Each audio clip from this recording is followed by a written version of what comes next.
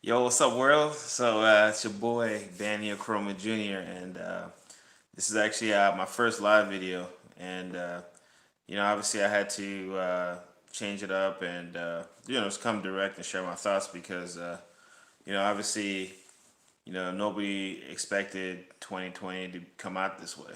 Um, in fact, I know that for a fact at New Year's, New Year's Day, everybody was, saying, oh, it's 2020. It's going to be the greatest year ever. It's going to be epic. We're going to do, it's going to be the best year of all time, right? And obviously, it's June now, which means we're basically halfway through the year. And we've already had pandemics, riots, police brutality, and who knows what's next, right? So, I just wanted to share some thoughts. Obviously, it's a little late. I'm getting ready to lay it down myself, but when I first came on about the beginning of the year, I made a pledge that in 2020 I would try to be a part of the solution, not part of the problem. So basically, I'm still trying to find solutions, and obviously, with this whole George Floyd and not just him, but just the systematic racism, systematic oppression.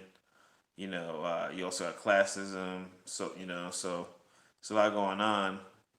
I just wanted to share my thoughts with you guys and trying to find some real solutions. I'm actually trying to reach out to all my all my black folks out there, but also the I'm looking for the intelligent ones that can propose solutions. Because one thing I'm noticing is somebody have an idea and everybody just shut it down, as opposed to improving on that idea. Or instead of shutting another guy's idea down, how about we all come together and say, you know what, I like that point, but maybe we can do it better this way. And just kind of have more of a collective movement because, the issue I find is that a lot of people have all conflicting ideas of what the solution should be, and they might actually have a little bit of truth in their belief, but I think if we all work together collectively, we can kind of find the true solutions, even if there is a solution. What's up? Now it's 21. So, it's just crazy because, obviously everyone's emotional right now, and there's basically everyone think is you see look on the news, things are burned down. Now in Chicago they just shut down the CTA, the Metro. So now you just come off of a lockdown of a major pandemic. People losing already lost their jobs. People getting ready to get back to work so that they can provide for their family, and then now this happens, and it's just unfortunate because obviously it started off as peaceful protesting, and then now you got some anarchists, which is what they are, that just seize the opportunity to just loot. Actually, they're criminals. I mean, let's keep it 100. Um, because obviously I'm deeply hurt by the things that transpired, but also you gotta realize in times like these you have to keep your cool. You have to think with your brain and not your emotions. You see what I'm saying? Because when you just move off emotion, that's how disaster happens, right? Have you ever been angry and then done something and said, you know what, I wish I didn't do that, when you're cooled off?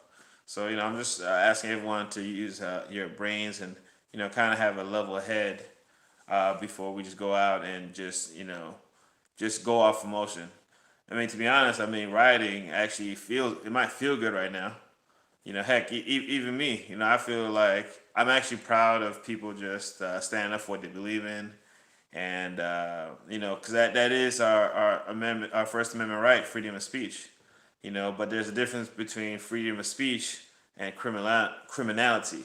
Okay, which is a whole nother section I want to talk about. Obviously, I don't want this thing to get too long, but I just wanted to address some things because there's a lot of misconceptions. Because you got people who are trying to propose, long-term solutions. We're talking about after all the rioting's gone, when all the smoke clears, then what, right?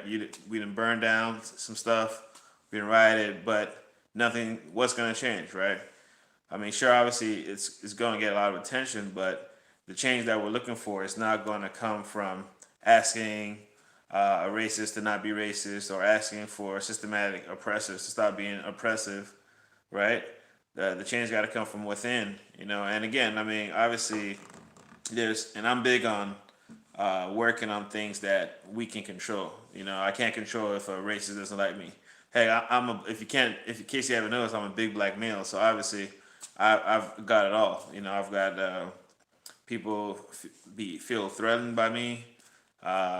You know, it's just different when you're a black male. You know, people might say they can relate, but unless you've lived in this flesh and this skin as a black male or African American male or anywhere in the diaspora, you know, it's just different. So I think that this message is really for all my people who are obviously upset right now and emotional, justifiably so, to just kind of use some logic because I mean, okay, so you burned down everything. Now what you gonna do now?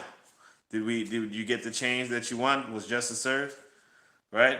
Justice is going to be served in the courtrooms, right? So it's going to come down to lawyers, DAs, all that stuff. Which, if now the question is, who's the DA, right? And now the question is, did you vote for that person? So, there's other solutions to this problem. It's not just about George Floyd. Unfortunately, this is going to happen again. And obviously, thank God to social media and everyone's got smartphones now that they can record it. Can you guys imagine how much stuff has happened and has never been documented? Like, you can't even fathom it. It's just so much injustice. But thank God now that there is technology. Everyone's got a cell phone, so you can kind of capture it. But I mean, there's still situations where you might get pulled over and it's just you and that cop. There's no witnesses, right? So at the end of the day, my stance is I'm trying to prepare the youth. My job as a black male and as a head of a household is to make sure that my sons, your sons, all our kids can have a fighting chance to make it home safely, right? And when you're in that situation, you're getting pulled over by the police. That's not the time to be combative. That's not the time to uh, go toe to toe with the police. Your main job at that point is to make it home alive. That's always going to be my stance. Some people might say, "Oh, well, forget being compliant, forget, asking, and that's the thing. Like when you guys are protesting and rioting, actually, there's a difference between protesting and rioting. Protesting is bringing attention to issues. Rioting is criminality, right? Like actually looting is criminality, right?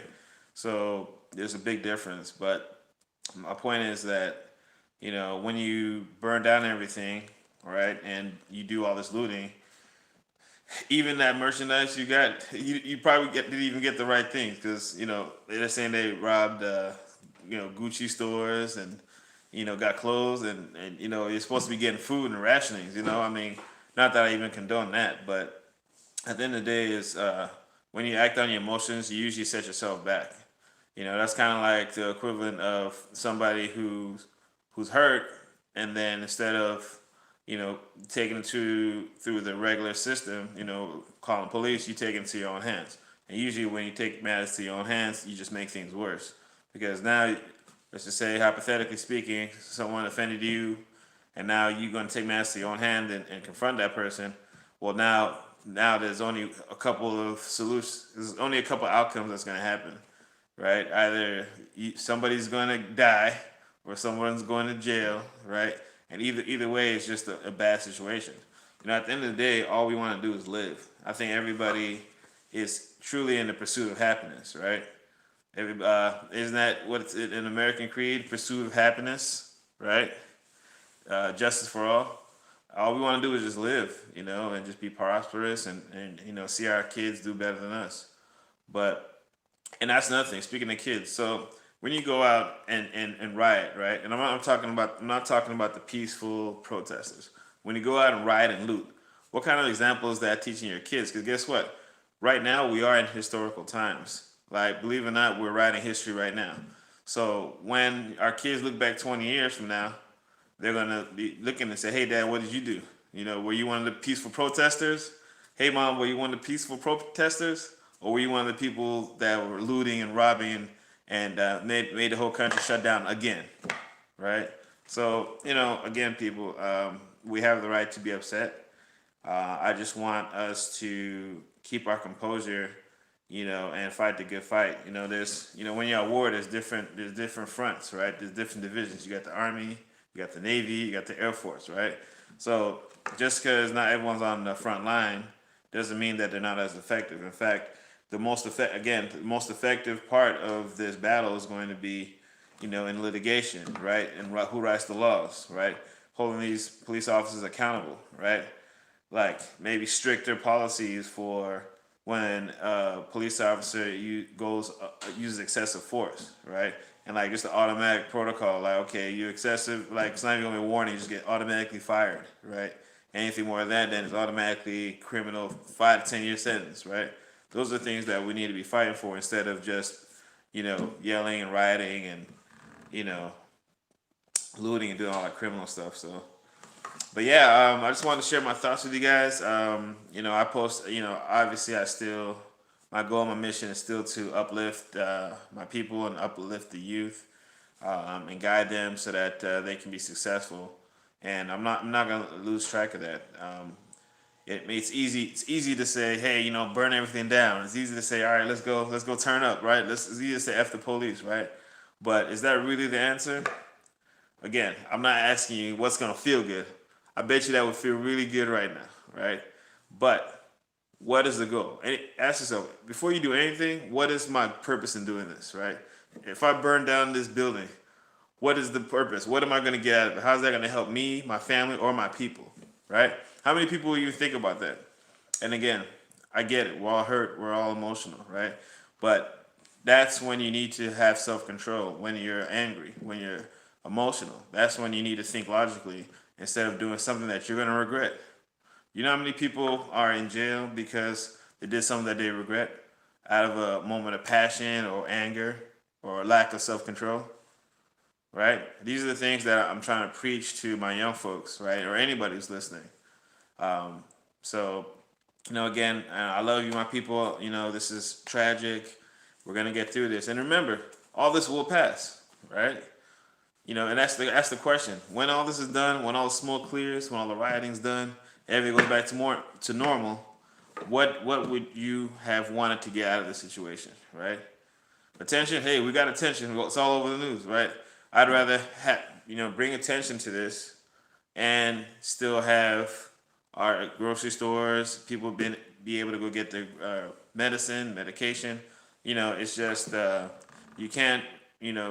I get it. You're supposed to have a movement, but movements have to be organized. And then there's a difference between organized protesting and just criminality, chaos, and looting. All right. So I know I probably just went on a rant, and I think the title is "How to Prevent Black Men from Getting Killed." I don't really even think that there's just one answer. Again, that's one of the reasons why I wanted to go live so I can get some feedback, see what you guys think. What do you guys think the solution is? Comment at the bottom of this video or just send a message. I really want to know what you guys think are the solutions, some real solutions that we can do to lower the likelihood of this happening. Now, is it never going to happen again? Only time will tell. But at the end of the day, I'm not going to sit here and say that because I hold up a picket sign or burn down a building that racist police are going to stop killing black men. It's just not realistic, And I'm big on living in reality, and not fantasy. Yes, in the perfect world, there'll be justice for all, right? Just like the American creed, right? Liberty and justice for all, right? In the perfect world, sounds good, but in this reality, I've never seen that, and I doubt it's ever going to happen, right? Life isn't perfect. The world isn't perfect. For me to say it should be this way, and because I burned some stuff down, it's gonna happen. That's delusional, right? I like to live in reality. Now, part of that is that yes, there is gonna be racism. Yes, there are gonna be more police brutality. Hopefully less, right? But when that police brutality happens, or when that next killing of that unarmed black man happens, I don't want that to be my son, and I don't want it to be your son, right? So I can't control if that's going to happen, but I try to focus on, preparing our youth, because our first job as parents and, you know, overseers of our households is to prepare our children. Life is a risk, right? No, there's no guarantees in life, right? So it's kind of like, why do you send your kid to school, right? You send your kid to school to give him the best chance, right? You give him the best chance of maybe getting a great job, starting a career, starting his own business, right? But there's no guarantee, right? All you're doing is you're trying to give your kid tools so that when he goes out in the real world, he can have all the advantages to make it, right? So on that note, I want to give our young men and women the best tools, the best opportunity to make it home alive, right? So again, is being compliant going to stop a racist cop from killing a black person? Probably not. But I guarantee you, majority of the time, if you keep your cool, if you comply when a police officer is giving you orders, right? These are survival tactics that I'm trying to teach and promote to our youth, especially a lot of them that are hot-headed, right? There's a time to riot, and then there's a time to comply. If you have a gun to your head, right, is that the time to, curse the guy out, right? Probably not. You gotta use your brain in that situation and say, what's the likelihood? Yes, I can probably, comply with this guy, right? Depending in that situation, you kind of gotta you live in the moment, but during a normal traffic stop or a normal interaction with the police, being a black male, you already first off, let me just say this: as a black male, I already know when I step out the house, I got all the cars stacked against me, right? Okay, this is the way I look at it. I'm black. All right, that's strike one. I'm a big black male. Strike two. So I don't need to give them another reason to strike me out. You see what I'm saying? So most logical thinking black men already know this, right? Now again, we're talking about reality and being delusional. It would be delusional for me to just go out, knowing I'm a threat, right? Knowing that people are already going to be intimidated based on my appearance and not the content of my character, like Martin Luther King said. So if I already know when I step out the house, I'm being judged, right?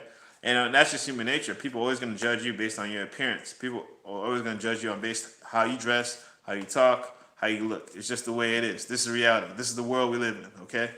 If you think otherwise, you're delusional. Okay. So again, I mean, me knowing that, and this is where we got to use our intelligence and wisdom, right? We got to teach the youth that you got to carry yourself how you want to be presented, right? You present yourself to the world, and the world will reflect back that image back to you, right? If I go out, and again, I'm not victim shaming. I'm not putting blame on black male, but this is reality, right? How am I? Well, let me ask you this: what would you teach your son? What would you want to teach your black son when he goes out? Do you want to tell him, all right, hey, if the police comes pulls you over, just say "f you" and then just pull off on them? Okay, I'm sure you wouldn't do that, right? Okay, so then we agree on something. So my point is, let's teach our young boys, young males, young women how to interact with the police, how to keep their cool, how to be compliant in that situation. Because in that moment, when you're face to face with a scared police officer, because I guarantee you, they're more scared of you than you are of them. I guarantee you that, especially if you're a black male or a woman, right? And it is what it is. You can't control that, right? From all the media, the stereotypes. Heck, I feel like I'm one of the most gentle, respectful people I know, right? But somebody who sees me on the street might just see a big black male. I can't control that, right? So, but what I can control is I'm not going to give that person the opportunity to have my life in their fingertips, right? Again, life's a gamble. If I go out and then I get a rocket comes to hit me in the head, okay, it was meant to be. That's life. There's a little percentage of possibility that can happen. But more than likely, what's the likelihood of that happen? Probably not that high. Now, is there a likelihood of me getting pulled over? Probably. But if I'm doing a speed limit, if I'm wearing my seatbelt, the likelihood of me getting pulled over goes down drastically. All right? And I hope that you can all agree with me so far. So, What all I'm saying is, how can we prevent more black men from getting killed? There's no sure way, but there's ways that you can lower the likelihood that you are that black male that gets killed, or you are that black woman, right? And that's all I'm trying to preach to my young folks, or my black folks. I get it right now. Everyone's emotional. I get it right now. Everyone's justice. Hey, what's my shirt? I got, what's it say? It says no justice, no peace, right? But at the same time, I know for a fact, as an intelligent black man, that I can't just go out and burn buildings down and say, "Hey, we want justice." Okay, well, what is the justice for the owners, the building that I just burned down? You see how that works? It doesn't work both ways. You can't ask for your cake and eat it too, right?